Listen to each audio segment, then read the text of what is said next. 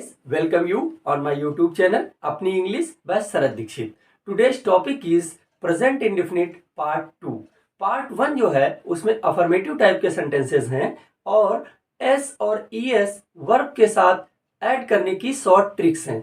उसके का लिंक जो है मैंने डिस्क्रिप्शन बॉक्स में लिख दिया है, आप उस वीडियो को पहले जरूर देख लें जिससे आप प्रेजेंट इंडेफिनिट के बारे में एक्स्ट्रा इंफॉर्मेशन ले पाएंगे। आज हम बात करेंगे निगेटिव और इंट्रोगेटिव टाइप के सेंटेंसेस की, लेकिन इसमें भी कुछ बहुत ही माइन्यूट ट्रिक्स हैं जो आपको निगेटिव और इंट्रोगेटिव में प्रॉब्लम क्रिएट करती हैं। तो आज आपको ये सारी ट्रिक्स क्लियर हो जाएंगी। आप मेरे साथ वीडियो में बने रहें, एक भी स्टेप को मिस मत करें। Let's start video.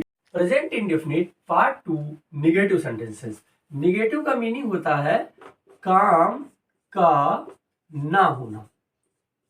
जब सेंटेंस में काम को डिनाई किया जाए, इनकार किया जाए, मतलब नहीं होने का एहसास हो, उन सभी सेंटेंसेस को हम नेगेटिव सेंटेंसेस कहते हैं। नेगेटिव सेंटेंस का जो फॉर्मेट आएगा वो ऐसा होता है, सब्जेक्ट प्लस डू या डस। देखिए यहाँ पे हेल्पिंग वर्ब यूज हो गई। अफर्मेटिव टाइप में हेल्पिंग वर्ब का यूज नहीं होता था। डू और does plus not plus verb का फर्स्ट फॉर्म, सभी सब्जेक्ट्स के साथ फर्स्ट फॉर्म और प्लस ऑब्जेक्ट का फॉर्मेट आता है। यहाँ पे आपको ये समझना बहुत इंपॉर्टेंट है कि डू का यूज प्लूरल सब्जेक्ट्स के साथ होगा और डज का यूज सिंगुलर सब्जेक्ट्स के साथ होगा। प्लूरल मीन्स मेनी और सिंगुलर मीन्स वन। इसका आपको बिल्कुल ध्यान रखना है। इसके बाद देखते हैं कि एक यहाँ पे कंडीशन है, समझना बहुत इंपॉर्टेंट है कि किन्हीं किन्हीं हिंदी सेंटेंसेस में एक वर्ड आता है कभी नहीं। कभी नहीं, ये बहुत ही एक स्पेशल कॉन्सेप्ट है आपके लिए और इसको प्रेजेंट इंडेफिनिट में बिल्कुल ही समझना ही होता है। बिकॉज क्या फर्क आएगा देखना, कभी नहीं का इंग्लिश होता है नेवर। एक्चुअली ये नेवर जो है वो एवर और ऑलवेज का नेगेटिव है। एवर और ऑलवेज का नेगेटिव होता है नेवर। ये समझना है, ये दोनों एक ही वर्ड है, ये नेगेटिव है और ये पॉजिटिव है। तो कभी नहीं के लिए नेवर का यूज होता है।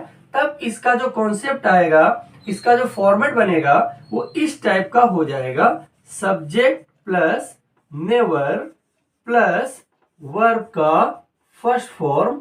अब देखना एस या ईएस है ना, interesting.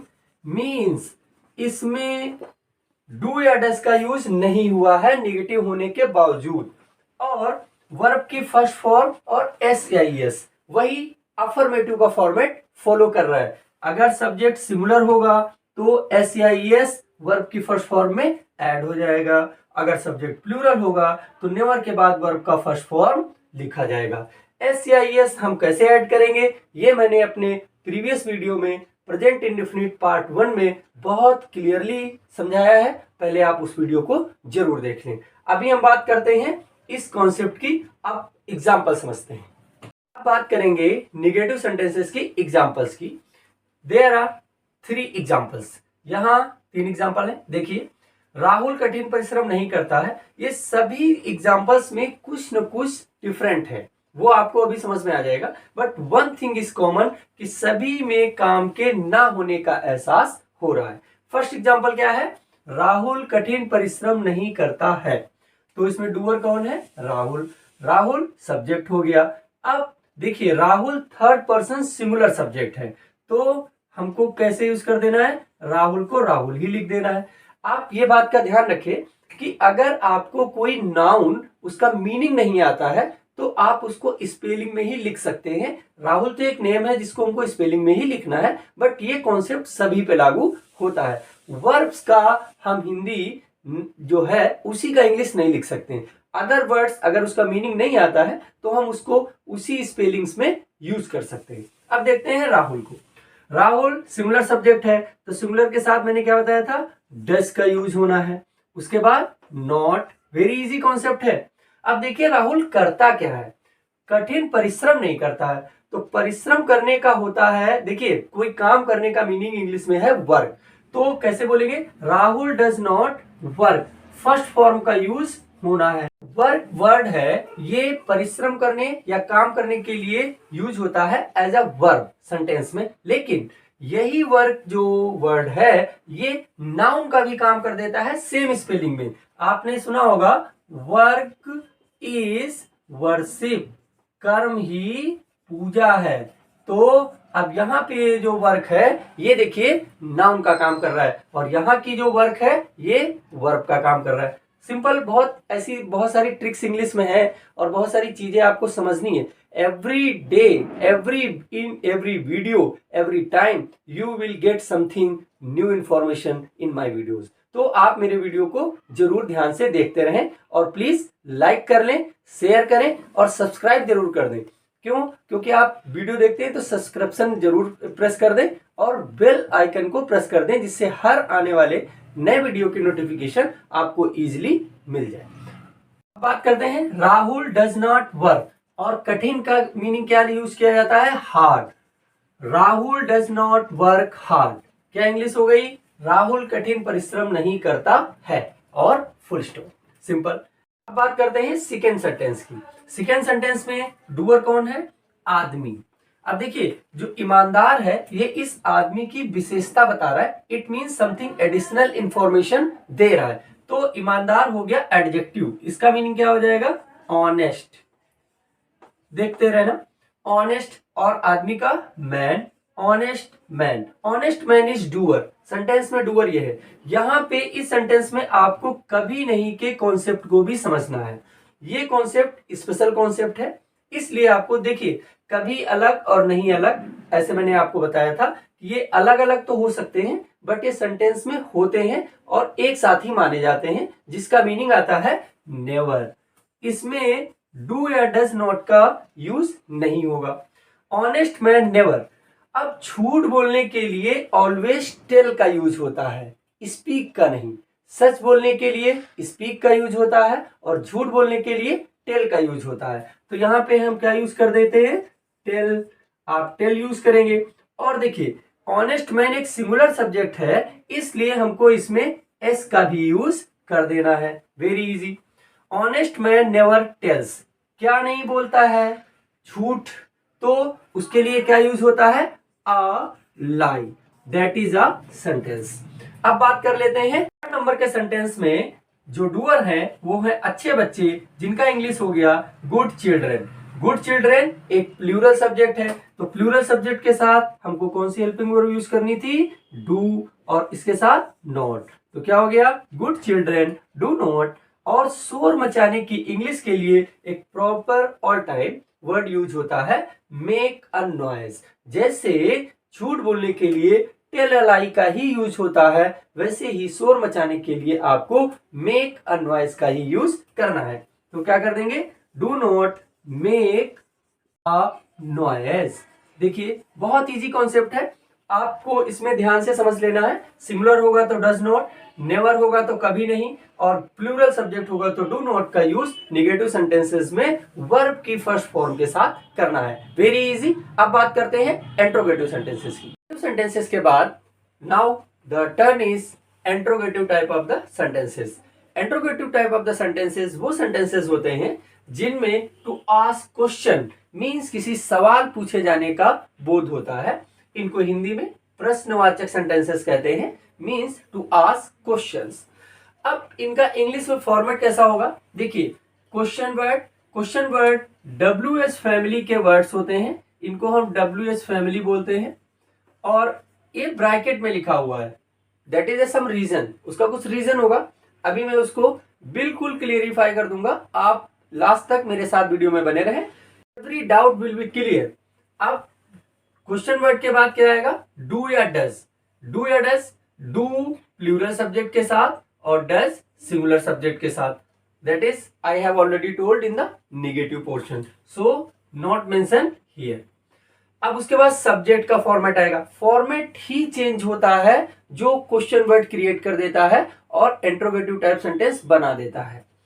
Do does helping verb पहले और सब्जेक्ट उसके बाद में, देन आफ्टर वर्ब की first form, then after object और क्वेश्चन मार्क। अब बात करते हैं what is this portion. Question word bracket में क्यों है? अगर हिंदी सेंटेंस में middle of sentence Hindi word आएंगे, क्या, क्यों, कहां, कैसे, कब, कितने, कितना, कौन सा, ऐसे बहुत सारे WS फैमिली के वर्ड्स होते हैं, तो उनकी इंग्लिश आपको स्टार्टिंग ऑफ द सेंटेंस लगानी होगी।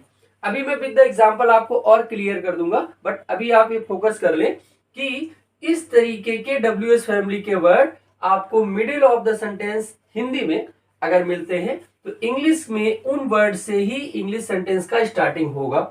बट सेकेंड मेथड क्या है? जैसे देखिए यहां पे तुम क्या पढ़ते हो, तो इसमें इस क्या का इंग्लिश क्वेश्चन वर्ड पहले लगना होगा। अब दूसरा सेंटेंस देखिए, क्या तुम पढ़ते हो, तो इसमें क्या स्टार्टिंग ऑफ द सेंटेंस है, तो इसमें क्वेश्चन वर्ड का इंग्लिश नहीं यूज करना होगा और only start with the do और does. That is a simple method. Middle of sentence question word होगा, उसका इंग्लिश पहले लगाना होगा, और अगर स्टार्टिंग ऑफ द सेंटेंस क्या वर्ड का यूज होगा तो आपको उसका इंग्लिश नहीं लगाना होगा, start with the helping word. Very simple. तो ये हैं कुछ WS फैमिली के वर्ड्स। व्हाट, व्हाई, सबका मैंने मीनिंग भी आपको लिख रखा है। अब आपको ध्यान देना है, यहाँ पे कुछ वर्ड्स को मैंने थोड़ा डिस्क्राइब कर दिया है। इन सबका मीनिंग आप जनरली समझते हैं। If you know about something about English, then what, why, where, how, ये सब कुछ जनरली बच्चे समझते हैं। बट अभी आपको फोकस कहाँ करना है? हाउ मेनी और हाउ मच पे। हाउ मेनी मीन्स हिंदी में कितने होता है, जो काउंटेबल नंबर के साथ यूज होगा। वो सारी चीजें जिनको हम काउंट कर सकते हैं उनके साथ हाउ मेनी का यूज होगा। काउंटेबल और अनकाउंटेबल टू टाइप के नाउन्स होते हैं। इसका वीडियो मेरे डिस्क्रिप्शन में लिंक में है, आप काउंटेबल और अनकाउंटेबल को क्लियरली वहां से समझ लें। उसका वीडियो पहले से मेरे यूट्यूब चैनल पे अवेलेबल है, प्लीज वॉच इट। और हाउ मच जो होता है वो कितना होता है। हाउ मेनी नंबर मीन्स जिनको हम काउंट कर सकते हैं उनके लिए यूज होता है काउंटेबल नाउन के साथ, और हाउ मच जो होता है वो अनकाउंटेबल के साथ यूज होता है, जिसका हिंदी में अर्थ कितना आएगा और वो अनकाउंटेबल के साथ यूज होगा। यहाँ पे एक और भी फॉर्मेट आपके लिए लिखा हुआ है हु के लिए। हु जो है वो क्वेश्चन वर्ड तो है, यहाँ पे देखिए मैंने इसीलिए हु का यूज नहीं कर रखा है क्योंकि ये डिफरेंट फॉर्मेट है और हु वाला फॉर्मेट ही बिल्कुल डिफरेंट है। देखिए हु का फॉर्मेट कैसा है। हु वर्ब का फर्स्ट फॉर्म, उसमें एस या एस का यूज होगा और उसके बाद ऑब्जेक्ट और क्वेश्चन मार्क। अगर हु नेगेटिव है तो डज नॉट का यूज होगा और उसके बाद वर्ब का फर्स्ट फॉर्म और ऑब्जेक्ट। इस फॉर्मेट से आपको एक बात क्लियर हो जा रही है कि हु जो है एज ए क्वेश्चन वर्ड नहीं, एज ए सब्जेक्ट वर्क कर रहा है। तो इसमें डबल क्वालिटी होता है, ये सब्जेक्ट भी होता है और क्वेश्चन वर्ड भी होता है। Because who is the doer, who he doer होता है। हु एक अनदेखा सा, अनजाना सा, जिसको हम जानते नहीं है, वो डूअर है और वो क्वेश्चन वर्ड भी है। इसलिए इसका फॉर्मेट हु वर्ब की फर्स्ट फॉर्म और एस और ऑब्जेक्ट के फॉर्म में आता है। Now comes on to the examples. अब एग्जांपल देखते हैं। तीनों एग्जांपल आपको बहुत ही इंटरेस्टिंग है और इससे आपका पूरा कॉन्सेप्ट क्लियर हो जाएगा। All the sentences will come on these types. इसी प्रकार के सेंटेंस आपको मिलने हैं, वो लंबे या छोटे हो सकते हैं बट सेंटेंस का टाइप ऐसे ही होना है। देखिएगा, अब देखते हैं फर्स्ट एग्जांपल। फर्स्ट एग्जांपल में क्या स्टार्टिंग ऑफ द लेसन है और सेकेंड एग्जांपल में क्या मिडिल ऑफ द लेसन है और थर्ड सेंटेंस में कौन मीन्स हु जो मिडिल ऑफ ही सेंटेंस आता है। अब समझना कैसे है, देखिए अगर सेंटेंस में अगर क्या question word starting of the sentence Hindi में है तो उसकी इंग्लिश बनाने के लिए वर्ड का यूज से स्टार्ट नहीं करना है, स्टार्ट करना है डू या डज से। तो सब्जेक्ट यहाँ पे क्या है, यू, जो एक प्लूरल सब्जेक्ट है, इसलिए डू का यूज करेंगे, डू, यू। अब देखिए यहाँ पे हमने 3 वर्ड्स लिखे हैं, पढ़ते, पढ़ते और पढ़ाता।